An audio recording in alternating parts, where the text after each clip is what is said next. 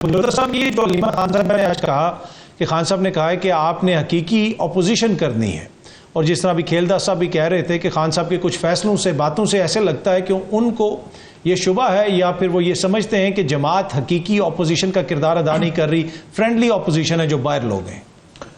अतर काज़िम साहब, बहुत शुक्रिया, आपने मौका दिया। देखिए, खान साहब जो है ना, जो मेरी मुलाकात हुई थी 1-2 हफ्ते पहले, मैंने उनको यही देखा कि खान साहब समझ रहे हैं कि हम अगर किसी कमेटी के अंदर बैठे हुए हैं ना, तो उससे कोई फ़ायदा नहीं हो रहा, जिसकी वजह से उन्होंने नेशनल असम्बली के बाद सेनेट, और उन्होंने पहले दिन ही कहा था कि आज नेशनल असम्बली है, अगले फेज़ के अंदर हम आगे बढ़ेंगे।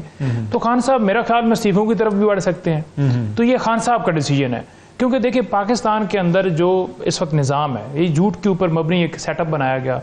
हुकूमत किसकी थी? बेसिकली तो तहरीक इंसाफ को अवाम ने दिया, तो उनको हुकूमत की जगह पर अपोजिशन के अंदर बिठा दिया। तो हम असम्बली के अंदर खड़े होकर हर हद तक हमने कोशिश की है कि हम उसके अंदर अपना रोल अदा करें, और कानून और आइन की सुपरमेसी के लिए, जमहूरियत के लिए, पाकिस्तान में लोगों के हकूक़ के लिए, पाकिस्तान में फ्री एंड फेयर इलेक्शन के लिए, हर तरह के बुनियादी इंसानी हकूक़ के लिए हम उसके अंदर रोल अदा कर सके, भरपूर आवाज़ बुलंद की। लेकिन उसके बावजूद आप देख लें कि नेशनल असम्बली के मेंबरान ही महफूज नहीं है। माल है झूठे मुकदमा, दहशतगर्दी के मुकदमा, हर तरह के मुकदमात को उनको सामने, और उसके अलावा बाकी सब तमाम चीज़ें देख लें। तो ऐसी सूरत हाल के अंदर बड़ा मुश्किल है कि उसके अंदर आप मजीद कमेटियों के अंदर बैठ के देखें। पंजोता साहब, जब खान साहब कहते हैं कि जो मैं ट्वीट कर रहा हूं आपने रीट्वीट करनी है, आपने ये करना है, इट मींस कि उनको ये लगता है कि शायद मेरी लीडरशिप ये नहीं करेगी, उनको क्यों हिदायत देने की जरूरत पड़ रही है? देखें, ये जो मामला है ना, देखें तहरीक इंसाफ के जितने सीनियर लीडरशिप है, मोस्टली जो है वो लोग करते हैं, कुछ नहीं करते हैं, जिनके हवाले से खान साहब ने खुद उनको कहा है कि आप करें, जो नहीं करते हैं उनको भी करना चाहिए। मैं सिर्फ ट्वीट की बात नहीं, मैं ओवरऑल अपोजिशन की बात कर रहा हूं। अगर वो ये कह रहे हैं कि तुमने हकीकी अपोजिशन करनी है, तुमने ये करना है, इट मींस के बाहर कहीं ना कहीं कुछ ना कुछ कमी है। तो आप देखें ना कि उमर अयूब साहब ने जिस तरह से दबंग तरीके से उन्होंने अपोजिशन की, और वो नाम लेकर जिस तरह ललकारते थे, पुकारते थे, आज देख लें उसी वजह से उनको सजा दी गई और उनको डिस्क्वालीफाई भी किया गया। बहुत सारे लोगों ने बहुत फेस किया है और कर भी रहे हैं। कहीं पर कमी बेशी 100% परफेक्ट तो नहीं मामला हो सकता, लेकिन हमारे लोगों ने बड़ी कुर्बानियां दी हैं, और बड़े लोगों ने कुर्बानियां देने के बावजूद वो अपने मौक़िफ़ से पीछे नहीं हटे। अब जहां जेल ट्रायल की आपने बात की है, देखिए पहली बात यह है कि इमरान खान साहब का जेल ट्रायल मनसूख इसलिए किया जा रहा है क्योंकि इनका दिल है कि इमरान खान का पैगाम बाहर ना आए। पहले इमरान खान साहब के ऊपर कातलाना हमला हुआ, उस वक्त आपको याद होगा कि हम 12 दरखास्तें देते रहे कि इमरान खान साहब को वीडियो लिंक के जरिए पेश करने की इजाजत दी जाए। मैं खुद दरखास्तें लेकर गया, हम यहाँ पर चीफ जस्टिस आमिर फारूक साहब के सामने पेश होते रहे। उसके अलावा उस वक्त के जो सारे जजेस मौजूद थे उनके सामने पेश हो कि सारे सियासी केसेस हैं, उनकी वीडियो लिंक के ऊपर हाजिरी लगा ली जाए। बायोमेट्रिक के लिए भी मजबूर किया गया कि इमरान खान साहब उस बायोमेट्रिक वाले कमरे के अंदर जाएं। हालांकि नवाज शरीफ साहब के लिए मशीन चली जाती है एयरपोर्ट के ऊपर, लेकिन इमरान खान साहब को 9 मई को उस जो बायोमेट्रिक वाला कमरा है वहां भिजवाया गया, और वहां जाकर उनको अगवा भी किया गया। जब मुझे भी तशद्दुद किया गया, उस वक्त जो है तब कहा जाता था कि आपकी हाजिरी वहां जरूरी है, आप जाकर बायोमेट्रिक करें, आपका थंब इंप्रेशन लगना है। देखिए बायोमेट्रिक का मतलब क्या होता है? मतलब यह है कि कोई बंदा जेली जो है आकर ऐसा ना हो कि पटिशन दायर करे, उसके बायोमेट्रिक होगा तो वो पता चल जाएगा कि बंदा खुद मौजूद है। तो जब इमरान खान साहब खुद मौजूद थे तो उस दिन 9 मई को भी साजिश की गई। पहले आपको इमरान खान की तस्वीर पे मसला था, उनके नाम पे मसला था, उनकी तकरीर पे मसला था, अब आपको उनके पैगाम से मसला हो गया जो जेल से आता है। इसीलिए FIA की टीम गई है, जाके सवालात पूछते हैं, जी बताएं कहां नेटवर्क है। भाई आप इतने नायल हैं, आपको यही नहीं है आज तक सुराग मिल सका कि ये ट्विटर अकाउंट कहां से ऑपरेट हुआ, तो इस्तीफे देके घर जाएं। फिर आप अवाम के टैक्स के पैसे से तनख्वाहें किस वजह से ले रहे हैं, और कौन सा उसके अंदर गुनाह कर दिया है? मुहिब्बे वतन पाकिस्तानी कौम का लीडर आज अगर अवाम के मसाइल की अगर किसी को सही मानो कि तकलीफ है तो इमरान खान है, और उस पैगाम के अंदर वो अवाम की, पाकिस्तान की बात करते हैं। ठीक, तो इस फैसले को आप लोग चैलेंज करेंगे? ये बिल्कुल फैसला हो चुका है, खान साहब की तरफ से भी हदायत आ गई है, लीगल कमेटी के अंदर भी ये बात अभी तय हो गई है। और थोड़ी देर पहले मैं अभी KP हाउस के अंदर था, जहां पर अमन के हवाले से हमारी वहां बैठक थी KP वाली। तो पंजोता साहब कि एक तो देखें ना, जो कुछ मामलात हैं, अब नेशनल सिक्योरिटी का मसला हो जाए, दहशतगर्दी का मसला हो जाए, इस पे तो इख्तलाफ नहीं होना चाहिए, आप इनसे सियासत करें, इनकी बहुत सारी और चीजें हैं। फिर तनकीद आप पे ये होती है कि इस तरह के मामलात में भी आप लोग सियासत लेके आ जाते हैं।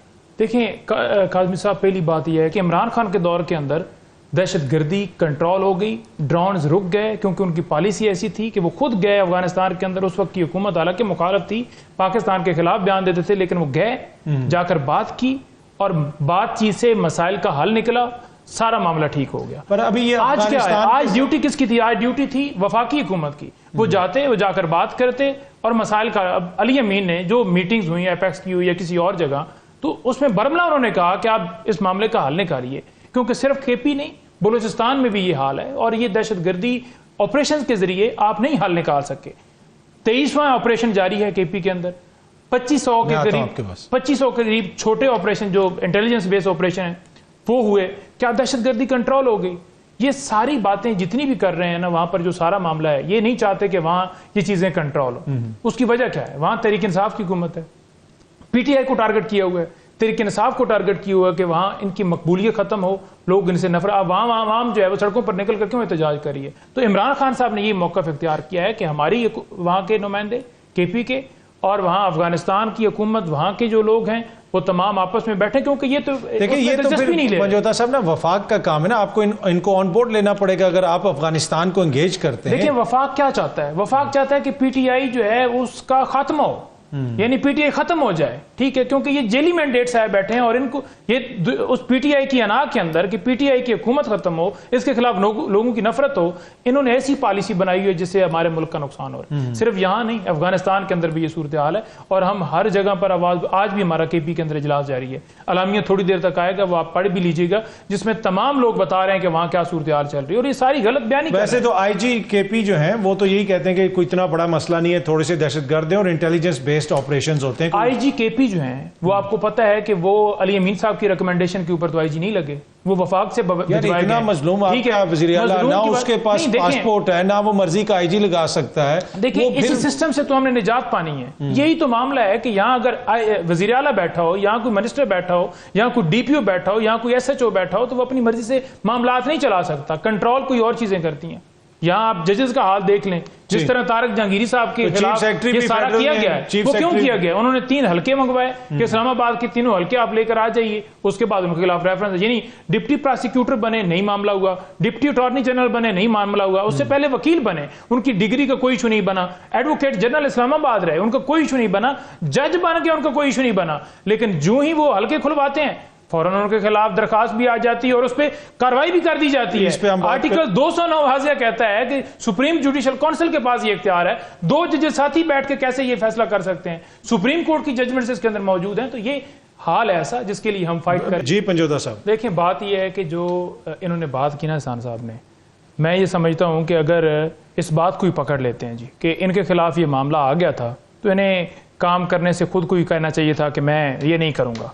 तो जब 26वीं तरमीम आपने लोगों को अगवा करके कर ली, तो उसको जब चैलेंज किया गया, तो उसके बाद जो सारी प्रोसीडिंग हुई उसको क्यों नहीं रोका गया जी? तमाम जजेस, अब आप देख लें इस्लामाबाद हाई कोर्ट के चीफ जस्टिस जो लगाए गए हैं, ये 16वें नंबर पर काम कर रहे थे लाहौर के अंदर, इन्हें आकर यहाँ चीफ जस्टिस बना दिया गया। यहाँ मोहसिन अख्तर कियानी जो कि सीनियर जज थे उनको बनना था, उनकी प्रैक्टिस भी ज्यादा है, यानी उधर जजी बतौर जज उन्होंने काम उससे ज्यादा किया हुआ है और यहाँ पर सीनियर थे। तो इनको भी चाहिए था चीफ जस्टिस साहब को कि ये काम ना करते, ये कहते 26वीं तरमीम चैलेंज हुई है लिहाजा मैं नहीं करूंगा। फिर जब आपके खिलाफ हरासमेंट कमेटी एक बनी हुई है, आपने खुद बनाई है, हरासमेंट कमेटी के अंदर एक कंप्लेंट आती है, आप फौरन उसको तब्दील कर देते हैं क्योंकि वो आपसे मुतल्लिक है और आप अपनी मर्जी के जो ट्रांसफर करके या प्रमोट करके दिलाए गए हैं जजेस, उनको आप वो मामला रेफर कर देते हैं। फिर आप ये देख लें कि जब आपके खिलाफ ही सुप्रीम कोर्ट के अंदर दरखास्त चली गई है, तो फिर आप उस पर कहते जी कि मेरे खिलाफ सुप्रीम कोर्ट में दरखास्त आ गई तो मैं काम नहीं करूंगा। फिर सुप्रीम जुडिशियल काउंसिल में आपके खिलाफ रेफरेंस जा चुका है, फिर आप क्यों काम कर रहे हैं? तो मुतालबा करें एहसान साहब इनके हवाले से भी कि आप भी, आपके खिलाफ ये सारा मामला आ चुका है, आप घर जाइए। इसी तरह सुप्रीम कोर्ट में जज को यहाँ पे कंट्रोवर्शियल बना वही कह रहा हूं ना, इसी तरह सुप्रीम कोर्ट के अंदर जो आईनी बेंच है वो क्यों काम कर रहा है? सुप्रीम कोर्ट के अंदर मुझे नहीं ना, मुझे सुप्रीम कोर्ट के अंदर आईनी बेंच क्यों काम कर रहा है? जब वो 26वीं तरमीम चैलेंज हो गई है, अब उस आईनी बेंच के जरिए जितने फैसले भी पाकिस्तान के अंदर जो बुनियादी हकूक सलब है, हमारी दरखास्तें दी गई हैं, वो आप नहीं सुनेंगे, इमरान खान के केसेस नहीं लगाएंगे, लोगों को इंसाफ नहीं फराहम होगा, लोगों के साथ ज्यादा मिलिट्री ट्रायल हुआ, मिलिट्री ट्रायल के अंदर ये सुप्रीम कोर्ट का फैसला 45 दिन के अंदर अपील आपने दायर उसका हक देना है, उसके ऊपर कानून ही नहीं बनाया गया। अभी भी हसन न्याजी उसका जून 23 में वो टाइम पीरियड पूरा हो गया जो अपील का टाइम था, उसके बाद भी आप देख लें कि वो जेल के अंदर है और उनको वो तो कानून साजी हुकूमत ने करनी थी ना, सुप्रीम कोर्ट का तो फैसला मौजूद है, सुप्रीम कोर्ट का पार्लियामेंट ने अमल करनी कराया। थी। सुप्रीम कोर्ट ने क्या फैसले पे अमल कराया? क्या 90 दिन के अंदर इलेक्शन जो था उस पर अमल कराया? क्या मखसूस नशिस्तों के अंदर जो हमारे हक में पीटीआई के हक में फैसला आया था उस पर अमल कराया? उस पर अमल हो जाता है जो नून लीग के, जो पीपल्स पार्टी के हक में आता है, और वो तमाम जजेस जो आज केसेस के अंदर फैसले दे रहे हैं उसकी दादरसी कौन करेगा? जो लोगों के साथ आज जुल्म हो रहा है, क्या वो वक्त की घड़ी जो है वो वापस आएगी? बाखबर रहने के लिए सुनो न्यूज का YouTube चैनल सब्सक्राइब करें और बेल आइकन पे क्लिक कर दें।